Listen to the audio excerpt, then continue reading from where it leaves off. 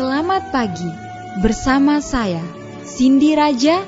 Mari awali aktivitas dan pelayanan Anda melalui renungan pagi bersama Allah di waktu fajar.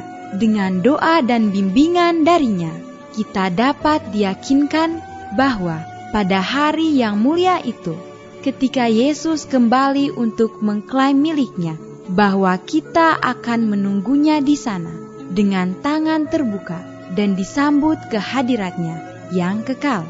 Ditulis oleh Ellen G. White bersama Pendeta Denny Kanajo. Selamat mendengarkan. Salam, selamat pagi para pendengar yang diberkati oleh Tuhan dimanapun Anda berada saat ini. Kita akan sama-sama mendengarkan firman Tuhan melalui audio renungan pagi pada tanggal 16 November 2022 dengan judul Dia Tidak Akan Gagal. Sebelum kita melanjutkan bacaan renungan kita pada pagi hari ini, kembali saya mengajak semua para pendengar yang setia untuk berdoa bersama-sama. Kembali kami datang memanggil nama-Mu ya Tuhan, karena Engkaulah Allah yang patut disembah siang dan malam, Allah yang selalu menunjukkan kasih dan cintanya kepada kami sebagai umat manusia. Lebih daripada itu telah jaga dan pelihara kami sepanjang malam di dalam pembaringan kami. Hingga tiba di pagi hari ini kami dibangunkan dengan tubuh sehat dan segar. Sebelum kami melakukan segala tugas aktivitas pelayanan pekerjaan kami di hari ini, kami sangat rindu Tuhan untuk belajar mendengarkan firman Tuhan. Curahkanlah kepada masing-masing kami kuasa Roh Kudus-Mu. Terima kasih Tuhan Yesus, ampuni kami Bapa karena kami sudah berdoa hanya di dalam nama Tuhan dan Juru Selamat kami. Amin. Ayat inti kita terambil di dalam Yesaya 42 ayat yang keempat, demikian firman Tuhan. Ia sendiri tidak akan menjadi pudar dan tidak akan patah terkulai sampai ia menegakkan hukum di bumi. Segala pulau mengharapkan pengajarannya. Mari kita ikuti penjelasannya. Kristus mengetahui semua yang disalah-artikan dan disalah-gambarkan oleh manusia. Anak-anaknya sanggup menunggu dengan kesabaran dan keyakinan yang tenang. Betapa dihina dan dianggap rendah pun mereka itu, karena tidak ada rahasia yang tidak akan dinyatakan.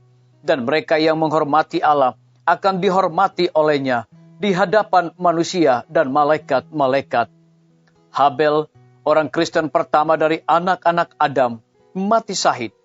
Henok berjalan dengan Allah dan dunia tidak mengenalnya. Nuh diejek sebagai orang fanatik dan seorang yang membuat gelisah. Orang-orang lain membiarkan dirinya disiksa dan tidak mau menerima pembebasan supaya mereka beroleh kebangkitan yang lebih baik. Pada setiap zaman para utusan pilihan Allah telah dicelah dan dianiaya. Namun lewat penderitaan mereka, pengetahuan akan Allah telah disebarluaskan. Setiap murid Kristus harus terjun ke dalam barisan itu dan melaksanakan pekerjaan yang sama. Karena ia tahu bahwa musuhnya tak dapat berbuat apa-apa menentang kebenaran, tetapi justru untuk kebenaran.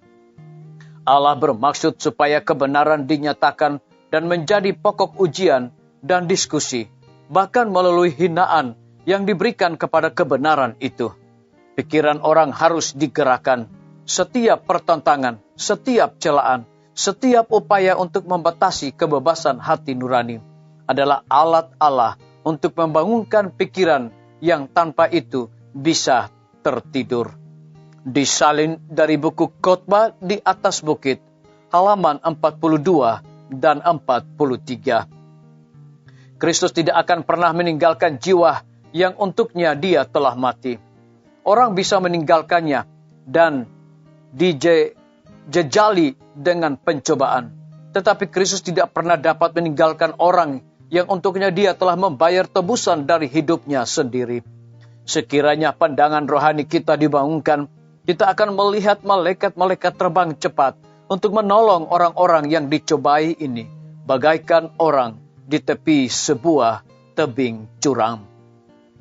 Disalin dari buku Khotbah di atas bukit, halaman 134. Biarlah bacaan renungan kita saat ini akan menjadi berkat bagi kita semua. Mari kita tunduk kepala dan kita berdoa. Bapa kami yang bersemayam di dalam takhta kerajaan sorga, terima kasih Tuhan Yesus, oleh karena kasih dan rahmat Tuhan begitu besar bagi kehidupan kami, lebih khusus kebenaran firman-Mu di pagi hari ini, memberikan satu berkat rohani, kekuatan bagi masing-masing kami. Lebih daripada itu memberikan sebuah penekanan, Kristus mengetahui semua yang disalah-artikan dan disalah-gambarkan oleh manusia. Anak-anaknya sanggup menunggu dengan kesabaran dan keyakinan yang tenang, betapa dihina dan dianggap rendah pun mereka itu. Terpujilah nama Tuhan. Pada pagi hari ini hamba berdoa untuk pemerintah kami. Tuhan memberkati Bapak Presiden bersama Wakil Presiden, para menteri dan seluruh stafnya, Bapak Gubernur bersama dengan wakil, Bapak Wali Kota bersama wakil, Bapak Bupati bersama wakil, camat dan seluruh stafnya, kepala desa, lurah, RT, RW, dimanapun mereka berada saat ini Tuhan. Mereka membutuhkan kekuatan kesehatan yang berasal daripada Tuhan. Lebih daripada itu berikanlah mereka hikmat pengetahuan sorga agar dapat menjalankan roda pemerintahan di tengah-tengah pandemi saat ini boleh sesuai dengan kehendak Tuhan sendiri. Kami menyerahkan pimpinan-pimpinan organisasi gereja Tuhan dari tingkat yang tertinggi sampai kepada gembala jemaat. Saat ini Tuhan, mereka membutuhkan kuasa Roh Kudus di dalam pelayanan mereka.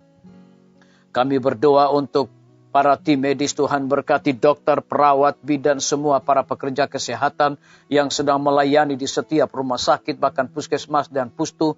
Kiranya hikmat dan sukacita sorga Tuhan berikan bagi masing-masing mereka. Kami berdoa untuk urusan perizinan Rumah Sakit Advent Palangkaraya, Rumah Sakit Advent Kupang. Kiranya Tuhan campur tangan dan memberkati agar semua urusan ini dapat selesai tepat pada waktunya. Kami juga berdoa untuk hamba-Mu Dr. Raymond yang dipercayakan untuk memimpin Rumah Sakit Advent Palangkaraya. Kiranya hikmat dan sukacita sorga Tuhan berikan bagi hamba-Mu ini. Dan juga para tukang dan material untuk melanjutkan pembangunan, Tuhan juga memberkati.